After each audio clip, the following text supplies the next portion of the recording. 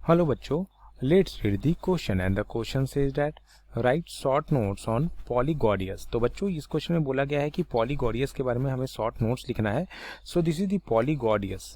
सो इस क्वेश्चंस के लिए हमारा जो बच्चों की कॉन्सेप्ट होगा वो क्या होगा? When we talk about the key concept, तो हमारा की कॉन्सेप्ट होगा हमारे लिए पॉलीगॉडियस। सो बेसिकली पॉलीगॉडियस क्या है? सो अगर हम पॉलीगॉडियस के बारे में बात करते हैं तो इसे हम बोल सकते हैं कि ये एक मैरीन एनेलिड्स है ऑफ जेनस पॉलीगॉडियस।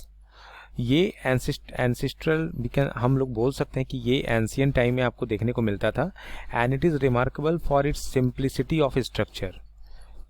ये क्यों जाना जाता है? For its simplicity of structure. और इसके अलावा अगर हम बात करेंगे तो यहाँ पर हमको बेसिकली क्या देखने को मिलता है? सो यहाँ पे हमें अपार्ट फ्रॉम डैट अगर हम बात करते हैं यहाँ पे तो, और इतना ही नहीं बल्कि हम अगर इसके बारे में थोड़ी और जानकारी लेंगे तो पॉलीगॉडियस जो है बेसिकली यहाँ पे इसका कुछ सिग्निफिकेंट फीचर्स भी है बेसिकली। सो सिग्निफिकेंट फीचर्स के बारे में अगर हम बात करेंगे तो ये जो है क्लासिफिकेशन से जुड़ा हुआ है, क्योंकि ये कौन से क्लास से बिलोंग करता है। तो अगर हम बात करेंगे ये किस क्लास से बिलोंग करता है तो ये पॉलीकाइटा ग्रुप का है, पॉलीकाइटा ग्रुप का है।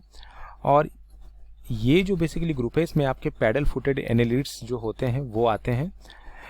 और अगर हम इसके इम्पॉर्टेंट फीचर्स के बारे में बात कर रहे हैं तो साथ में हमें इसके बारे में यहाँ पे ये भी ध्यान में रखना है कि इसका कुछ और भी यहाँ पर इम्पोर्टेंस है।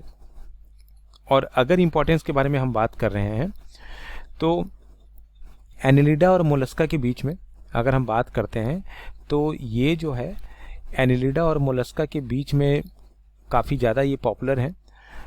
और यहाँ पे जो कैरेक्टर्स होते हैं वो कैरेक्टर्स ओवरलैपिंग नेचर के होते हैं, ओवरलैपिंग नेचर के आपको कैरेक्टर्स इसमें देखने को मिलते हैं।